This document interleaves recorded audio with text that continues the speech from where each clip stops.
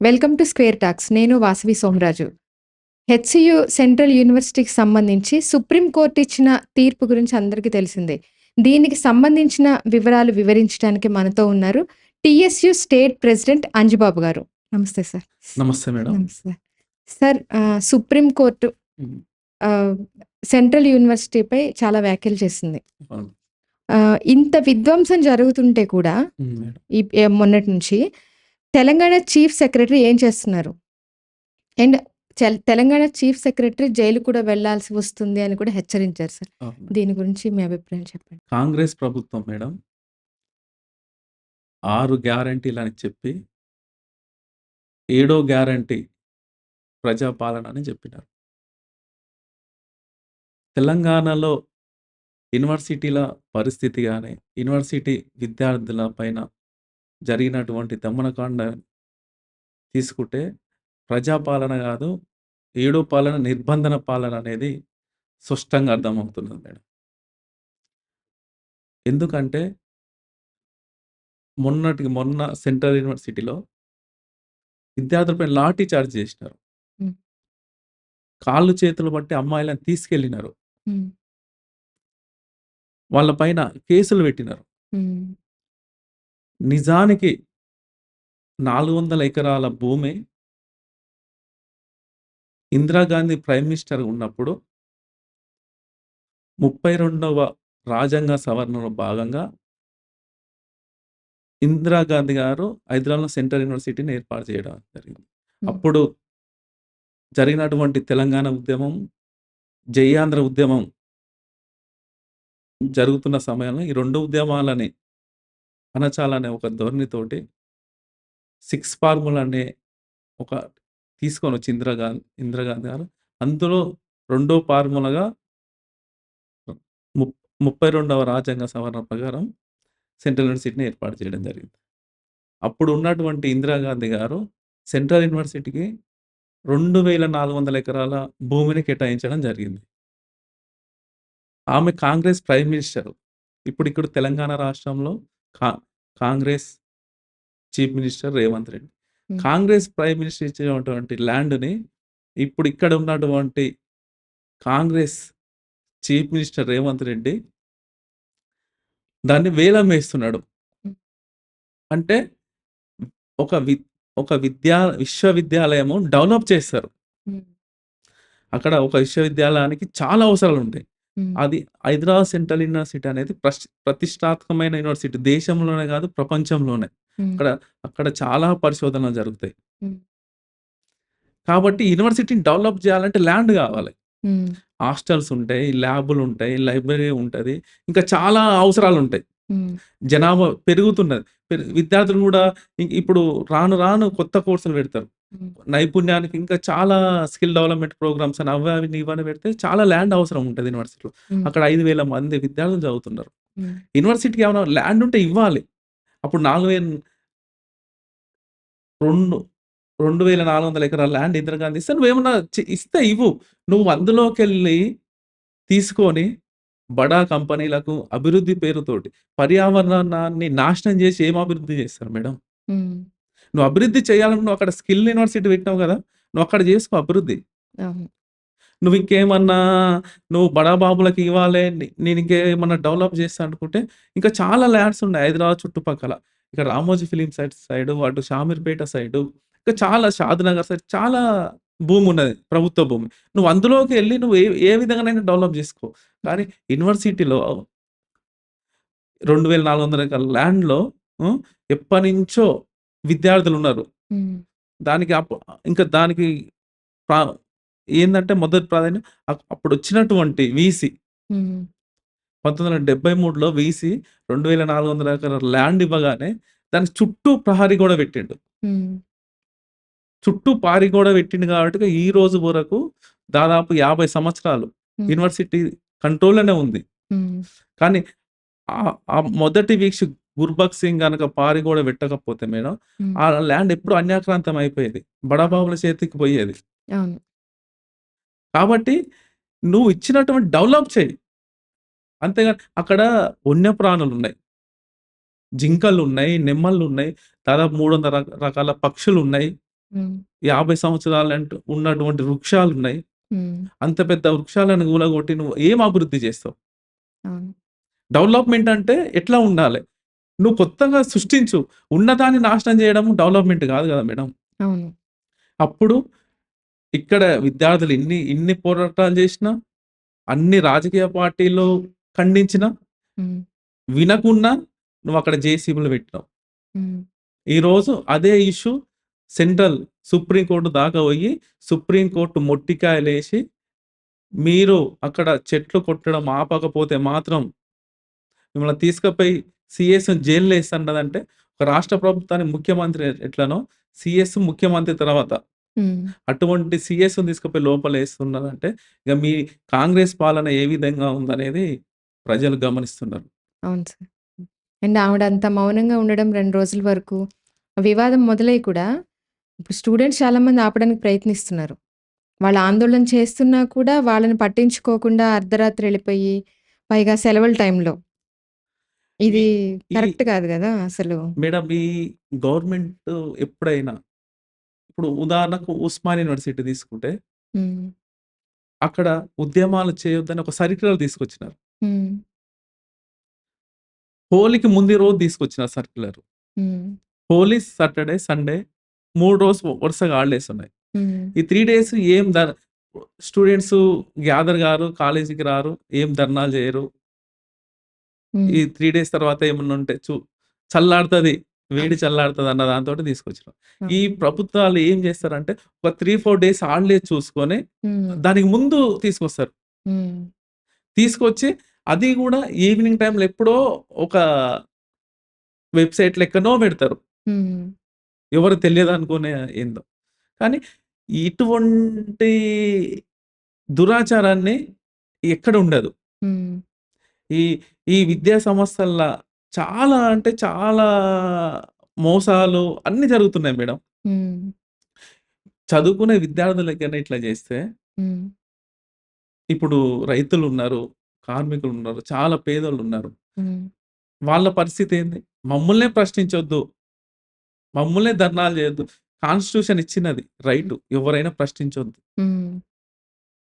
నువ్వు ఆ హక్కునే కాలరాస్తున్నప్పుడు విద్యార్థులం మేమెందుకు ప్రశ్నించకుండా ఉంటాం మేడం. ఈరోజు తెలంగాణ రాష్ట్రం వచ్చిందంటే విద్యార్థుల పోరాట ఫలితమే.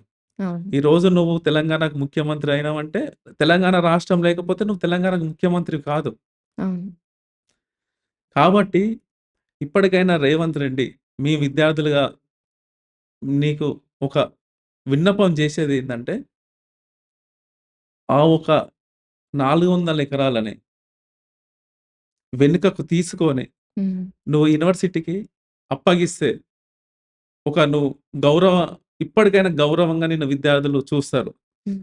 కానీ నువ్వు ఇప్పుడు తీసుకోకుండా కమిటీ ఏసినారు మొన్న. హ్మ్. సుప్రీం కోర్ట్ మొట్టికాయలు ఏసినంక ఒక కమిటీ ఏసినారు. హ్మ్. ఎవరున్నారు ఆ కమిటీలో మేడం? బట్టి విక్రమార్క ఉప ముఖ్యమంత్రి, హ్మ్. శ్రీధర్ బాబు, హ్మ్. పొంగులేటి శ్రీనివాసరెడ్డి. బట్టి విక్రమార్క, శ్రీధర్ బాబు సెంట్రల్ యూనివర్సిటీ విద్యార్థులు. ఫార్మర్ సెంట్రల్ యూనివర్సిటీ విద్యార్థులు. హ్మ్.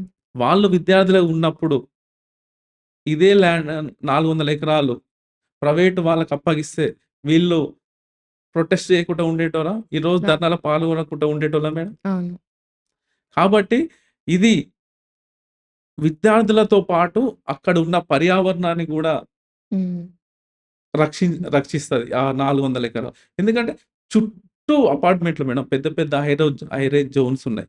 అవును. హై రైజ్ బిల్డింగ్స్ ఉన్నాయి. అవును. ఒక్కొక్కటి ఆహ్, 100 ఫ్లోర్‌లు, హ్మ్. 50 ఫ్లోర్‌లు, 100 ఫ్లోర్‌ల బిల్డింగులున్నాయి. అవును. చుట్టూ ఉన్నాయి. కాబట్టి ఇక్కడ నీకు ఈ అడవి ఉన్నదనుకో, ఈ ఈ ఈ యొక్క వెదరు అక్కడ వాతావరణాన్ని సమతుల్యతను కాపాడుతది. కానీ నువ్వు 400 ఎకరాలు తీసేస్తే మాత్రం అక్కడ వాతావరణం దెబ్బతింటది. యూనివర్సిటీ విద్యార్థులకు అక్కడ ఉన్న పరిశోధనలకు గాని, ఇంకా వివిధ రకాలుగా డెవలప్‌మెంట్‌కి గాని అడ్డొస్తది. ప్రపంచంలో మేడం హార్వర్డ్ యూనివర్సిటీ, ఆక్స్‌ఫర్డ్ లాంటి యూనివర్సిటీలకు 10,000 ఎకరాలు, 15 ఎకరాల ల్యాండ్ ఉంది. హ్మ్.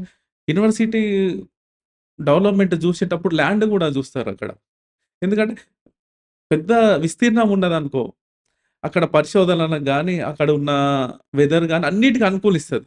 ఒక విద్యార్థి ప్రశాంతమైన ప్లేస్‌లుంటే, పీస్ ఆఫ్ మైండ్‌లుంటే అతని పరిశోధనలు గాని, హ్మ్. అతను ఇంకా ఏమన్నా చెయ్యాలన్నా గాని ఒక పీస్ ఆఫ్ మైండ్‌లో చేస్తాడు. అవును. ఎక్కడ యూనివర్సిటీలున్నా దాదాపు 5,000 ఎకరాలు, 1000 ఎకరాలు ఇట్లనే ఉన్నాయి గానీ, ఎవ్వరు గూడా ఈ ప్రపంచంలో అంటే మేము విద్యార్థి దశ నుంచి చూసినప్పటి నుంచి ఎవ్వరు గూడా యూనివర్సిటీలకు ల్యాండ్స్ ఇచ్చినారు. హ్మ్. డెవలప్ జేయడానికి ల్యాండ్స్ ఇచ్చినారు. కానీ ఎవ్వరు గూడా యూనివర్సిటీ ల్యాండ్స్‌ని తీసుకోలే. ఇక్కడ గవర్నమెంట్ ల్యాండ్ ఉంటే అక్కడ యూనివర్సిటీ ఒక సెంటర్ ఏర్పాటు జేసినారు. హ్మ్. ఇక్కడ యూనివర్సిటీకి ఈ ల్యాండ్ సరిపోతలేదు. హ్మ్. ఎక్కడైనా గవర్నమెంట్ భూమి ఉంటే అక్కడ గూడా సబ్ క్యాంపస్ అని పెట్టినారు హ్మ్. ల్యాండ్స్‌లో. హ్మ్. కాబట్టి ఈ యొక్క రేవంత్ రెడ్డి గాని, ఇక్కడ ఉన్న మొన్నేసిన కమిషన్ గాని, హ్మ్. ఇదే కమిషన్ మేడం ఇప్పుడు సుప్రీం కోర్ట్ మొట్టికాయలేసినాక నువ్వు కమిషన్ ఏసినావు. హ్మ్. ఇదే కమిషన్ నువ్వు ఆహ్, సు సుప్రీం కోర్ట్‌ల కో కోర్ట్‌ల మేము కేస్ గెలిచినామని జెప్పినారు. ఒక బెల్లిరావు అనే ప్రైవేట్ వ్యక్తికి చంద్రబాబు నాయుడు 2004లో లీజుకిచ్చినాడు. హ్మ్. 2004లో చంద్రబాబు నాయుడు ప్రభుత్వం తర్వాత హ్మ్. రాజశేఖర్ రెడ్డి ప్రభుత్వం వచ్చినంక ఆ లీజ్ కొట్టేసినాడు. హ్మ్. తర్వాత అతను కోర్ట్‌కెళ్ళినాడు. ఆ కోర్ట్‌లో గెలిచినామని జెప్పినారు. హ్మ్. మీ గురువు గారు ఒకరికిచ్చినారు. చంద్రబాబు నాయుడు, రేవంత్ రెడ్డి గురువు. హ్మ్. మీ గురువు గారికి ఒకరికిస్తే దాన్ని కొట్టేసి నువ్వు తీసుకున్నావు ఈరోజు. హ్మ్. కోర్ట్‌లో పోరాడి నేను సుప్రీం కోర్ట్‌లో సాధించిన అని చెప్పి తీసుకున్నావు. హ్మ్. అదిచ్చింది నువ్వున్న పార్టీ ప్రైమ్ మినిస్టర్. హ్మ్. నువ్వు కొట్లాడి తెచ్చిన ఒక భూమిని నువ్వు గౌరవంగా నేను కొట్లాడి తెచ్చి మీకు సెంట్రల్ యూనివర్సిటీకి అప్పగిస్తున్నా. ఆంధ్ర పాలనలో ఉన్నటువంటి చంద్రబాబు నాయుడు హ్మ్. ఈ భూమి బయట వ్యక్తులకు అమ్మాలని చూస్తే, నేను కోర్ట్‌లో పోరాటం చేసి నేను సెంట్రల్ యూనివర్సిటీకి అప్పగిస్తున్నా అంటే, ఈరోజు విద్యార్థులు నిన్ను గుండెలో పెట్టుకునేటోళ్ళు. నువ్వు కోర్ట్‌లో పో కొట్లాడింది ఎందుకోసం? నువ్వు బడాబాబులకి ఇవ్వడానికా? నీ హ్మ్. వ్యాపారం కోసం కాదు గదా! కాదు. కాబట్టి తెచ్చిన నువ్వు ముందే ఏసేదుండే కమిటీ. ఇప్పుడు హ్మ్. నువ్వు 'శ్రీధర్ బాబు, బట్టి విక్రమార్కతోటి కమిషన్ ఏసినా అంటున్నావు గదా! హ్మ్. ఇదే కమిషన్ అక్కడ జడ్జిమెంట్ రాగానే ఒక కమిషన్ ఏసి యూనివర్సిటీ విద్యార్థుల దగ్గరికెళ్ళి ఇట్లా ల్యాండ్ ఇట్లా వచ్చింది. 400 ఎకరాలు కొట్లాడి తీసుకొనొచ్చినాం తెలంగాణ ప్రభుత్వం. దీంట్లో ఇట్లా మేము పరిశ్రమలు పెట్టాలనుకుంటే నువ్వు ఒకసారి యూనివర్సిటీ విద్యార్థులతోటి, ఒకసారి అక్కడ ఉన్న వీసీ తోటి, రిజిస్ట్రార్స్‌తో మాట్లాడితే ఎట్లా ఉంటుండనే. అవును. అప్పుడు నువ్వు అట్లా మాట్లాడి తీసుకుంటే ఈరోజు ఎంత గౌరవం ఉంటుండే. నిజంగా జరిగేది అప్పుడు కాదు. ప్రజాప్రభుత్వం అంటుండే. అవును. ఏడవ గ్యారంటీ ప్రజాప్రభుత్వం అనేది నువ్వు ఫస్టే కమిటేసి విద్యార్థుల యొక్క ఆహ్, వాళ్ళ యొక్క సమస్యలని, ప్రొఫెసర్ యొక్క సమస్యలని వాళ్ళందరిని తెలుసుకుంటే నీకు విషయము ఏంది ఇవ్వాలనా, అసలు ఎవరికియ్యాలా అనేది మీకొస్తుండే. అంతా అయిపోయినంక అక్కడ విద్యార్థులు మీద కేసులు పెట్టి, వాళ్ళ మీద లాఠీ చార్జ్ చేసి, ఆ! వాళ్ళని ఎక్కడెక్కడనో అరెస్ట్ చేసి పోలీస్ స్టేషన్‌లలో పెట్టి, అన్ని పార్టీలు స్పందించిన తర్వాత ఈరోజు నువ్వు కమిటేసినావు. ఇది హ్మ్. ఎంతవరకు సమంజసం? నిన్ను ఏ విధంగా నమ్ముతారు అవును. కమిటేస్తే? అండ్ విద్యార్థులని గుంట నక్కలు అని గూడా విమర్శిస్తూ ఒక కామెంట్ జేశారు. నేనా? అది కూడా తప్పు గదా! స్టూడెంట్స్ ఇప్పుడు అక్కడ హెచ్‌సీయూకి సంబంధించి పోరాటం చేసే ప్రతి విద్యార్థి గూడా అందరూ అక్కడేం పర్మనెంట్‌గా ఉండేవాళ్ళు గాదు. అండ్ ఈ ల్యాండ్‌లో వాళ్ళకేమి వాటాలు రావు. అందరూ 3 ఇయర్స్, 4 ఇయర్స్ చదువుకొని బయటికెళ్ళిపోయేవాళ్ళే. వాళ్ళే అంత సెంటిమెంట్‌గా ఉండి దాని గురించి ఇంత పోరాటం చేస్తూ, మళ్ళీ అక్కడున్న పర్యావరణం మొత్తం గూడా మూగజీవులు చాలా ఉన్నాయక్కడ. అవును. కనీసం మానవత్వం లేకుండా అర్ధరాత్రి ఆ టైంలో వచ్చి జేసీబీలు తీసుకొచ్చేసి ఇలా ఆక్రమణ చేయడం అనేది చాలా రాంగ్ సార్. అది చాలా తప్పది. చాలా అంటే చాలా తప్పు మేడం. హ్మ్. సభ్య సమాజం అంతా ఎన్ని జేసీబీలు మేడం? హ్మ్. దాదాపు ఒక 200 జేసీబీలు పెట్టినాడు. అవును. రాత్రికి రాత్రి. హ్మ్. ఎవరు గుంట నక్కలు? నువ్వు గుంట నక్కవు కాబట్టిగనే నువ్వు జేసీబీలు పెట్టినావు. అవును. గుంట నక్కవు నువ్వు కాబట్టి జేసీబీలు పెట్టినావు.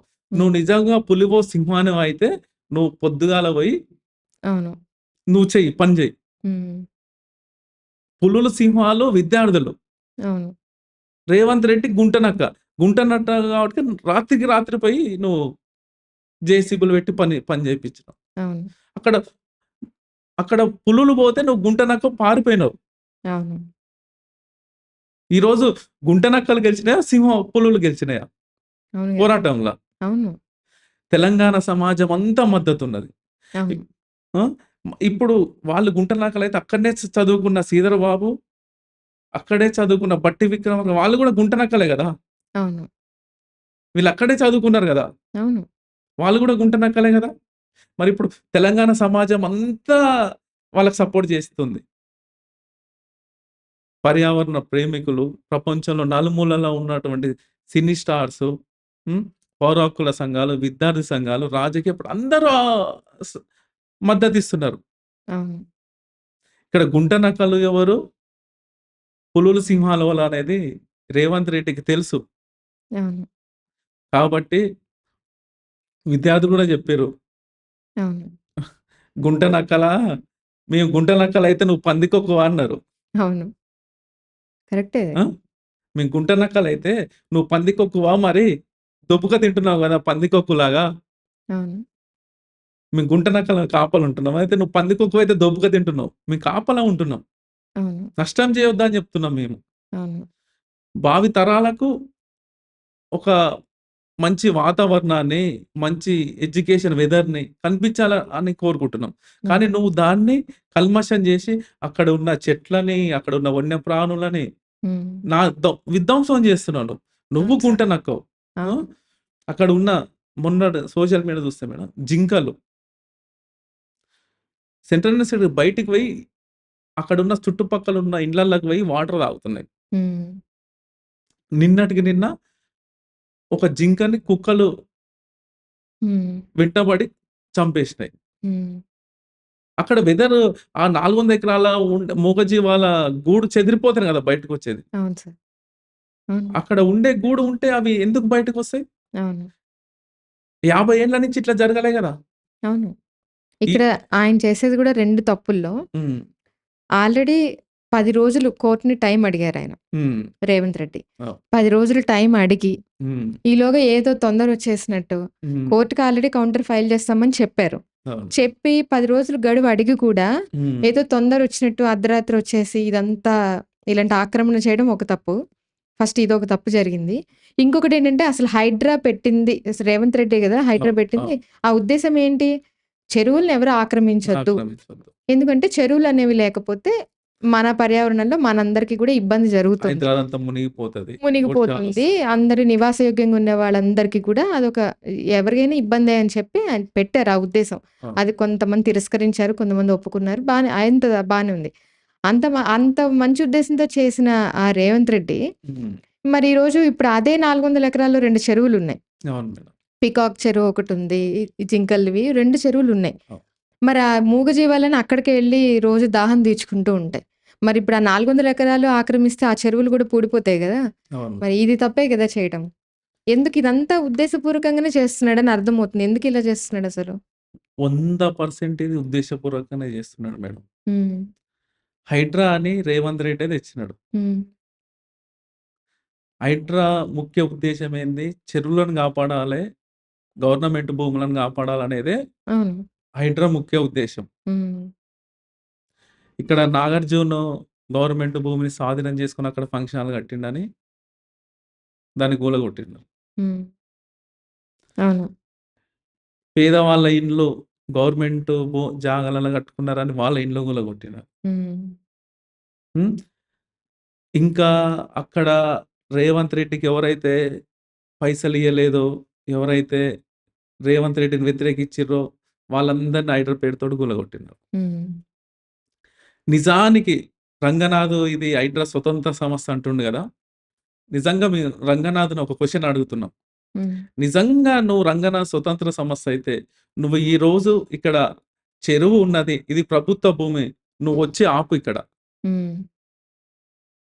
నువ్వు ప్రభుత్వ భూములను కాపాడుతావు గదా! హ్మ్. చెరువులను కాపాడుతావు గదా!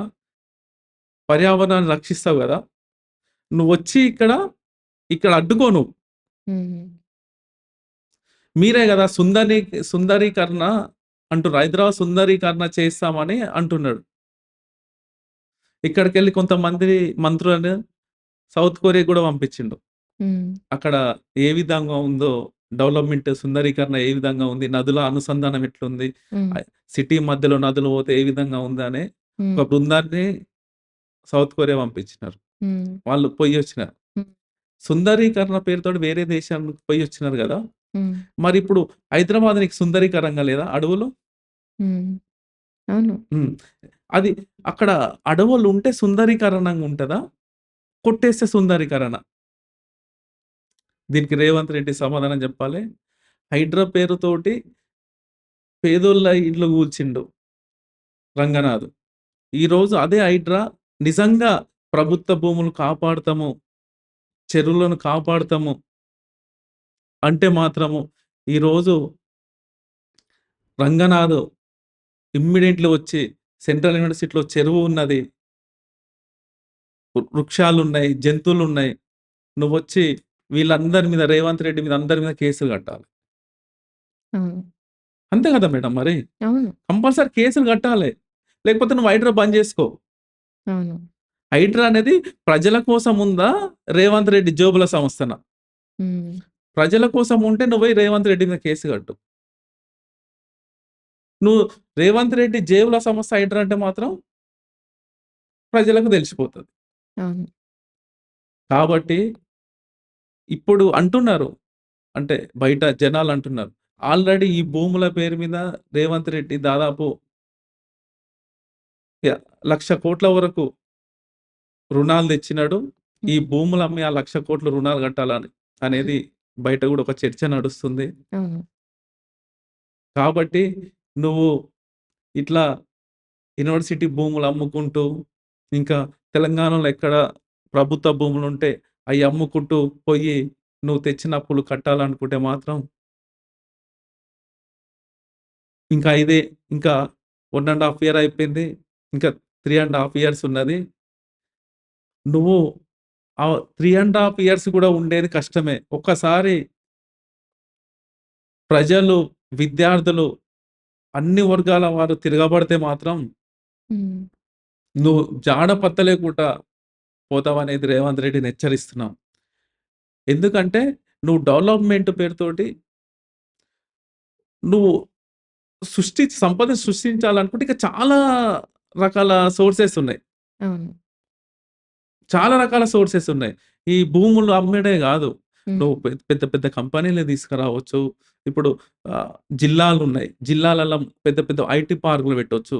హ్మ్. ఇంకా కంపెనీలు తీసుకొచ్చి చాలా ల్యాండ్స్ ఉన్నాయి. నువ్వక్కడ పెట్టొచ్చు. కానీ హైదరాబాద్ ప్రశాంతంగా ఉన్నటువంటి హైదరాబాద్‌లో ఇటువంటి గందరగోళ వాతావరణాన్ని సృష్టించి హ్మ్. విద్యార్థులని, హ్మ్, అక్కడున్న ప్రొఫెసర్‌లని, ప్రజా సంఘాల నాయకులని, ఇటువంటి వాళ్ళని అరెస్ట్‌లు జేసి, హ్మ్. వాళ్ళ మీద కేసులు పెట్టి, వీళ్ళని అణచివేస్తా అనుకుంటే మాత్రం అది మూర్ఖత్వం. తెలంగాణ ప్రజలంటేనే ఉద్యమాలకెళ్ళొచ్చినోళ్ళు. అవును. వందే మాతరం ఉద్యమం కానించి నాటి తెలంగాణ ఉద్యమం వరకు ప్రతి ఉద్యమంలో ఉన్నారు వాళ్ళు. అవును. వందే మాతరం ఉద్యమంలో ఉన్నారు. నక్సలైట్ ఉద్యమంలో ఉన్నారు. ఎక్కడ సమస్యలొచ్చినా ప్రతి సమస్య మీద విద్యార్థులు స్పందిస్తారు. పౌర సమాజం స్పందిస్తది. కాబట్టి ఇప్పటికైనా నువ్వు ఈ నిర్ణయాన్ని వెనుకకు తీసుకొని, ఆ భూమిని యూనివర్సిటీ విద్యార్థులకు అప్పగిస్తే నువ్వన్న ప్రజాపాలన అవును. అని ప్రజలు నమ్ముతారు. రాహుల్ గాంధీ పట్టుకున్న కాన్స్టిట్యూషన్‌ని గూడా ఓకే. రాహుల్ గాంధీ కాన్స్టిట్యూషన్ పట్టుకుండు గదా! అది ఫాలో అయితుండనేది కాంగ్రెస్ ప్రభుత్వం ఫాలో అయితుందనేది గూడా ప్రజలు నమ్ముతారు గానీ, రాహుల్ గాంధీ కాన్స్టిట్యూషన్ పట్టుకొని నువ్వు ప్రజాపాలన అని చెప్పి, ఈ విధంగా విద్యార్థుల పైన కేసులు అవును. చేయడం అనేది సమంజసం గాదు. నువ్వు ఇట్లే జేస్తే మాత్రం తెలంగాణలో టీడీపీకి పట్టిన పరిస్థితే కాంగ్రెస్‌కి గూడా పడతదనేది తెలియజేస్తున్నా. Thank you sir. హ్మ్. హెచ్‌సియూకి సంబంధించి నిజంగా సెంట్రల్ యూనివర్సిటీకి గవర్నమెంట్ ఖచ్చితంగా ఆ 400 ఎకరాలు స్టూడెంట్స్ కోరుకున్నట్టుగా సెంట్రల్ యూనివర్సిటీకి దక్కాలని మనందరం కోరుకుందాం. ఇలాంటి తీర్పు రావాలని గట్టిగా కోరుకుందాం మనం. Thank you sir. Okay. Thank you. చూసారు గదా! ఇటువంటి మరిన్ని ఆసక్తికరమైన విషయాలతో నెక్స్ట్ వీడియోలో మళ్ళీ కలుద్దాం.